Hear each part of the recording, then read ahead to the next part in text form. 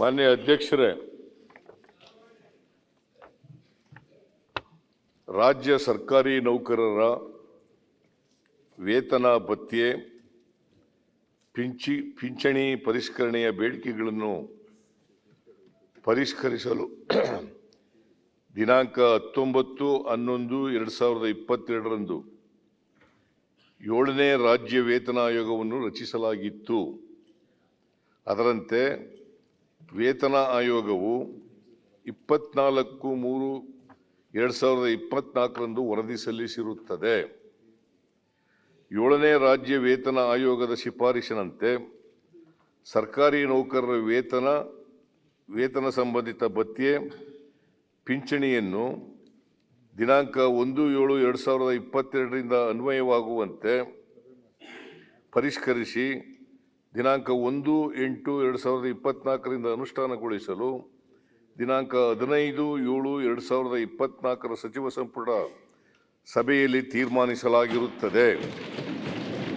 ಅದರಂತೆ ದಿನಾಂಕ 1/7/2022ಕ್ಕೆ ನೌಕರರ ಮೂಲ ವೇತನಕ್ಕೆ 31% ತುಟ್ಟಿ ಭತ್ಯೆ ಮತ್ತು 27.50% ಫಿಟ್ಮೆಂಟ್ ಸೇರಿಸಿ ವೇತನ ಮತ್ತು ಪಿಂಚಣಿಯನ್ನು ಪರಿಷ್ಕರಿಸಲಾಗುವುದು.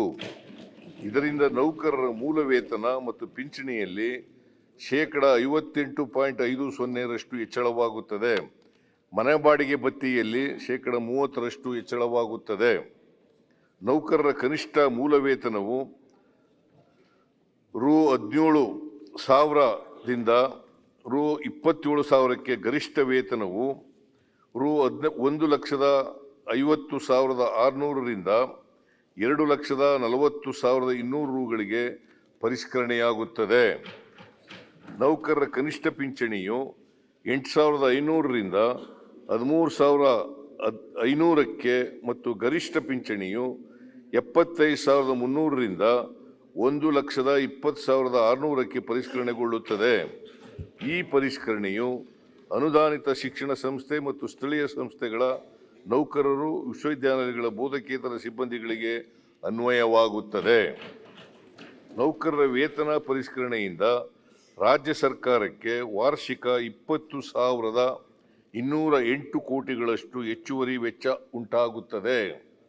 ಈ ಹೆಚ್ಚುವರಿ ವೆಚ್ಚಕ್ಕೆ 2024-25 ಆಯವ್ಯಯದಲ್ಲಿ ಅಗತ್ಯ ಅನುದಾನವನ್ನು ಮೀಸಲಿಡಲಾಗಿದೆ.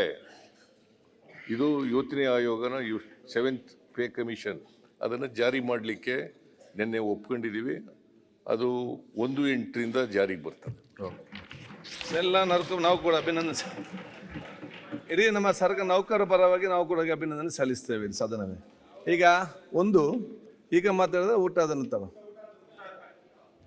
ಈಗ ಸದನವನ್ನು ಮಧ್ಯಾಹ್ನ 12 ಗಂಟೆಗೆ ಮುಂದೂಡಲಾಗಿದೆ.